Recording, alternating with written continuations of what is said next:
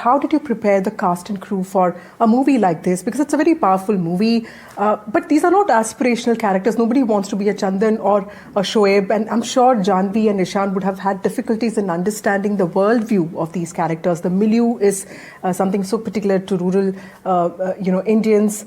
At the same time, this movie is not very righteous. I mean, it does not portray this image of being very righteous. It's not very preachy.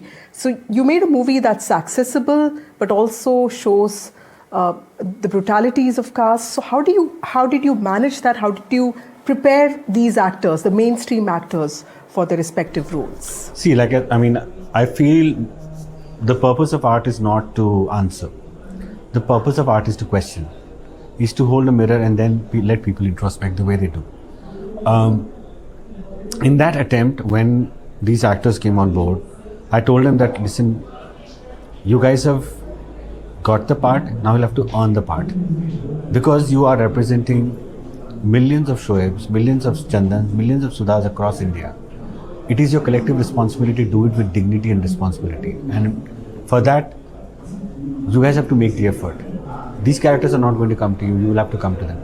So there was a whole 2 months of workshop where I spoke about language, culture, which are essential for me. And I spoke about India and its diversity, and also about caste. Like, I gave all of them to read Annihilation of Caste, and they read it, and they had profound changes in them. Then they started questioning their own privilege. And I seek for change the method thing that actors talk about, like they insist on a lot of physicality, but I feel it should be internal. There should be an internal change, and they should feel for what they're representing. They should understand it deep down.